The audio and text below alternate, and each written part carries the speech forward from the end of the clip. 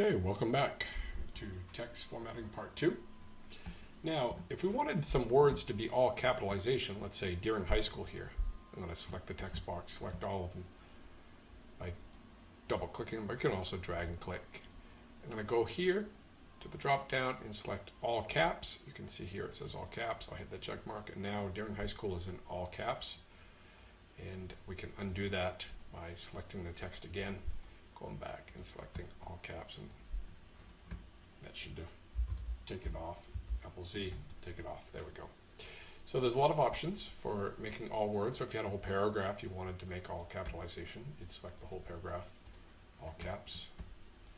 And then again, if you wanted to do the subscript or heading running, underlines, there we go, you can underline that. Now, fonts. Mac comes in with a lot of fonts, and it's located right here, but it's also located in the font menu. So if I hit Format, Font, Show Fonts, we get this dialog box here. Now this is helpful because you can find something you're looking for.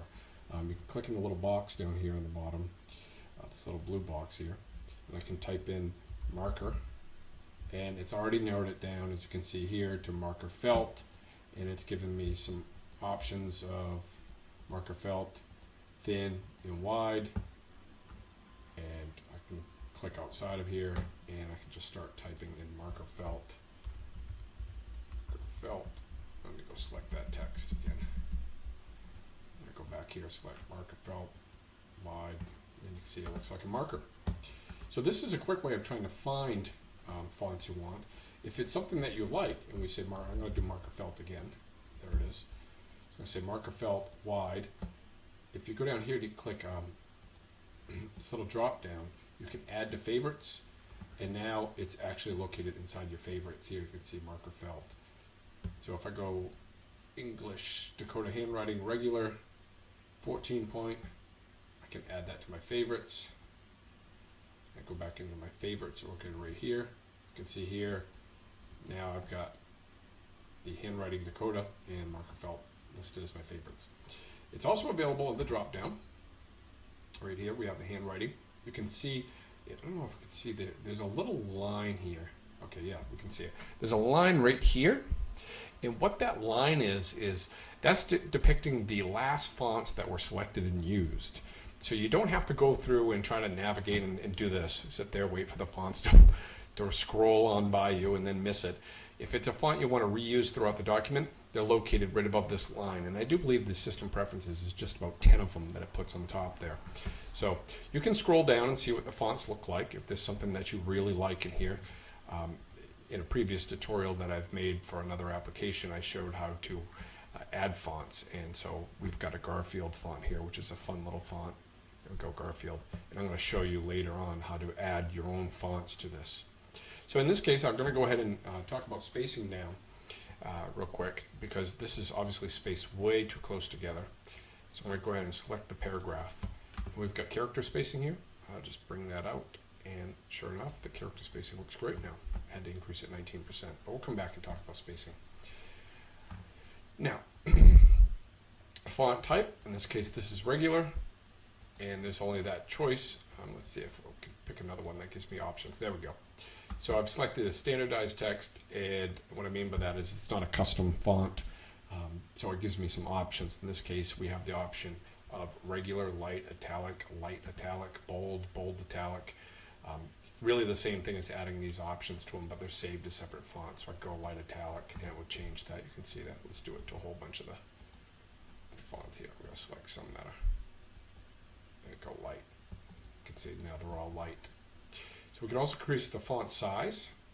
We'll go select all this. Here we have some sizes here. Go to 36, and it's huge. Can you actually read it? Go up to 14. Yeah, we can read that okay now. And see here, there's the Garfield text. We can also change the color of fonts by selecting the font.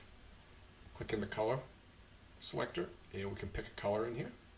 I'm going to go ahead and select purple, because I work at Deering. Make Mr. Small happy.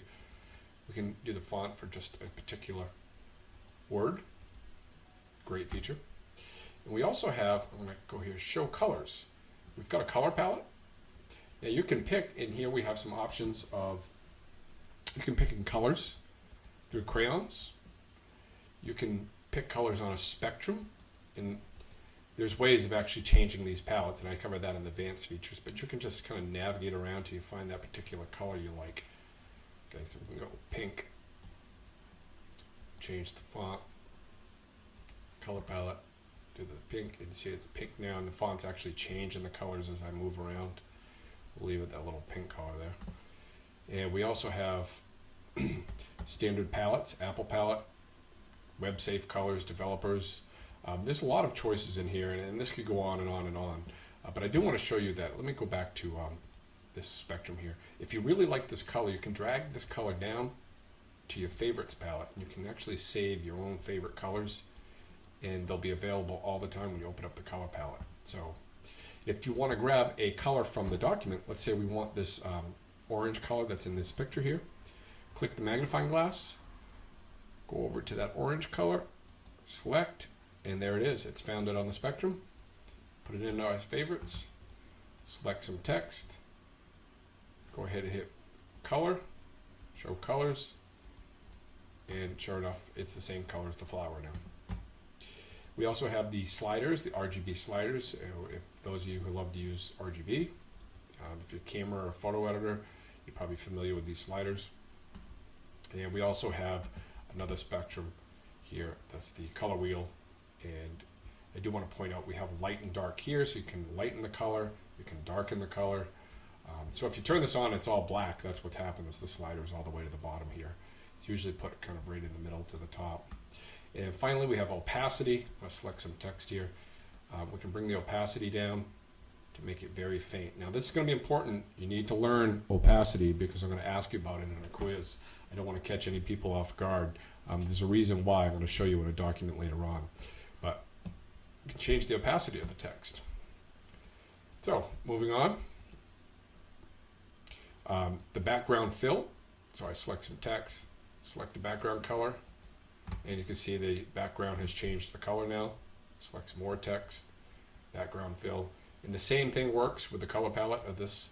I can select a crayon color, maybe choose a pink behind there, and say I can fill just the background. This is very different than filling a cell in a table. This only fills the background of the text, not the actual cell. So you should be aware of that. There we go. See, now I've made my email yellow. So that's filling background right here.